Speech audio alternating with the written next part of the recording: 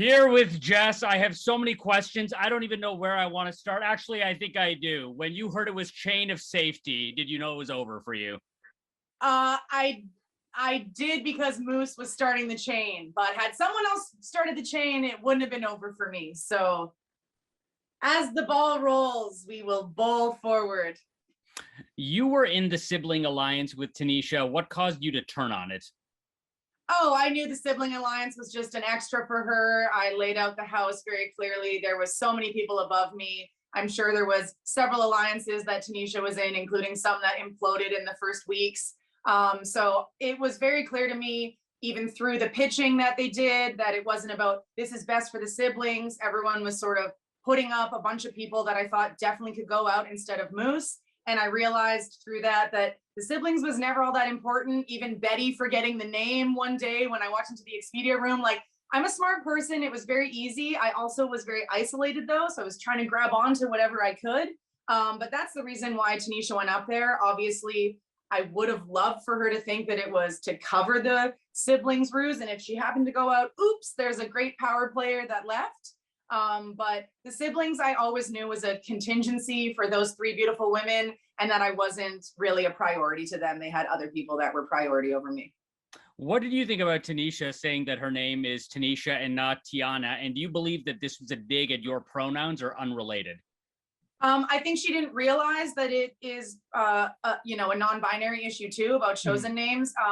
It was very early in the game that I called her Tiana, and it was actually a combination of her name and the end of her daughter's name. And the moment I said it, I said, "I'm so sorry. Like, I know your name is Tanisha."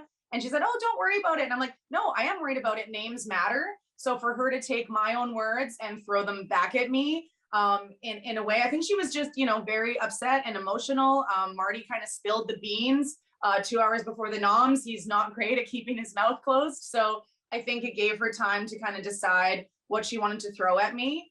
She was definitely correct at saying I called bullshit on me being a pawn. She definitely wasn't. Either her or Moose going would have been good for my game. It was clear that her and Herman and Moose were in cahoots. So that dig wasn't a dig. It was accurate, but the name thing was an issue. And I did express to her that several times throughout the game, she called me Jessica. My chosen name is Jess. I do prefer that. It is how I identify.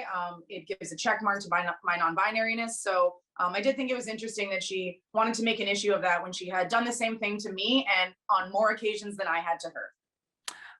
Do you think that there was a problem with like immaturity, like that dig, the whole thing with like Herman and Moose making a mockery of the nominations? How big of a problem was immaturity?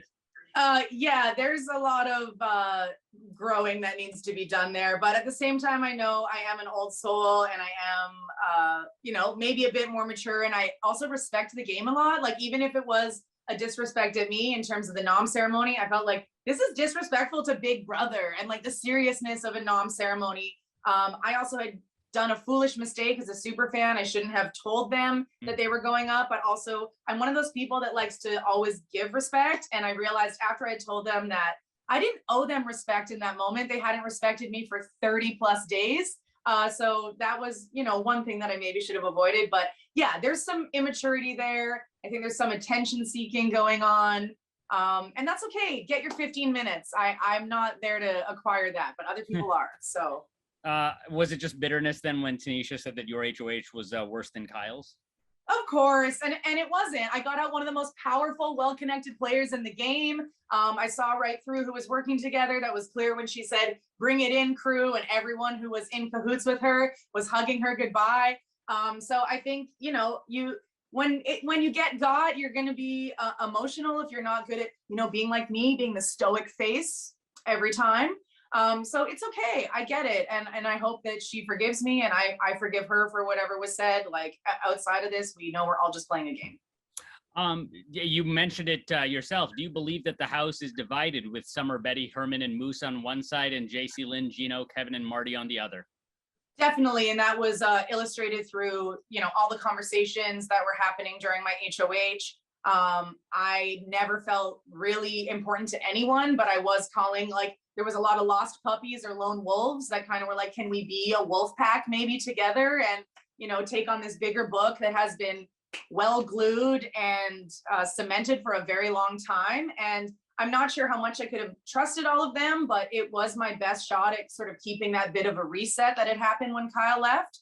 So I think this vote out of Tanisha also showed that to the players. And I hope that maybe in me getting out one of the main figures of that alliance, whether there's a name or not, can help, the fellow lost puppies find their way to some homes. Amazing. Just we're out of time. Thank you so much.